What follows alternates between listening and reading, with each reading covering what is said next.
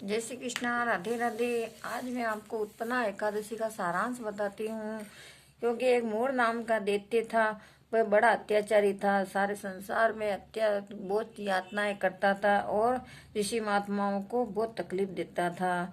तो भगवान के सभी भक्त लोग कहने लगे कि भाई महादेव जी के पास गए। तो महादेव जी ने कहा कि भाई ये मेरे एरिया में नहीं आता, इसलिए आप विष्णु भगवान से जाकर अर्ज करो। तो भगवान विष्णु से प्रार्थना करने लगे और भगवान विष्णु उनसे युद्ध करने आए। पर युद्ध करते करते वह एक गुफा में जाकर छुप गए और वहां पर वह शयन करने लगे।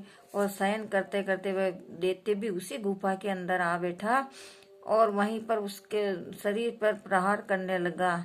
और जैसे ही प्रहार करने लगा, उस शरीर से भगवान कृष्ण के शरीर से, विष्णु भगवान के शरीर से एक दिव्य कन्या उत्पन्न हुई। और वह दिव्य कन्या उस दैत्य को मारने लगी और धीरे धीरे करके उसने उसके सिर काट डाला और उसको पाताल लोक पहुंचाया। तभी भगवान की निद्रा टूटी और भगवान ने उस दैत्य को मरा देखकर अत्यंत आश्चर्य करने लगे और विचारने लगे कि इस दैत्य को किसने मारा, जो भयंकर महामोर है और ये किसी के सारे नहीं आता, ये किसने मारा है। तभी ये दैत्य आपको मारने के लिए, तब जब वो कन्या बोली कि ये दैत्य आपको मारने के लिए तैयार था, मैंने आपके शरीर से उत्पन्न होकर इसका वध किया। इस पर भगवान बोले कि तूने इसको मारा है, मैं तेरे ऊपर अत्यंत प्रसन्न हूँ।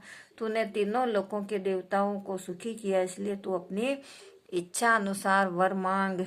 इस पर कन्या बोली, हे भगवान, मुझे ये वरदान दीजिए कि जो मेरा व्रत करेंगे उसके समस्त पाप नष्ट हो जावे, अंत में स्वर्ग को जाए।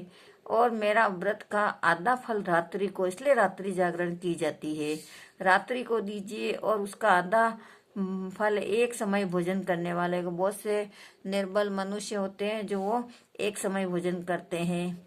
इस प्रकार परमात्मा से उसने वरदान लिया और भगवान कहने लगे, मैं बहुत प्रसन्न हूँ, हे कल्याणी, तेरा कल्याण होगा और तूने जो मांगा है वह ऐसा ही होगा। और भगवान विष्णु बोले कि अतः संसार में प्रसिद्धि को प्राप्त होकर मेरे लोक को प्राप्त होंगे। हे कल्याणी, तू एकादशी के दिन पैदा हुई, इसलिए तेरा नाम भी एकादशी हुआ। जो मनुष्य इस दिन व्रत करेंगे उसके समस्त पाप नष्ट हो जाएंगे और अंत में मुक्ति को प्राप्त हुएंगे। अतः तू अब मेरे लिए तीज, आठम, नवमी, चौदस से अधिक प्रिय है और तेरे व्रत का फल सब तीर्थों के फल से महान होगा। ये मेरा कथन सत्य है। और ऐसे कहकर भगवान उसी समय अंतर ध्यान हो गए। अतः श्री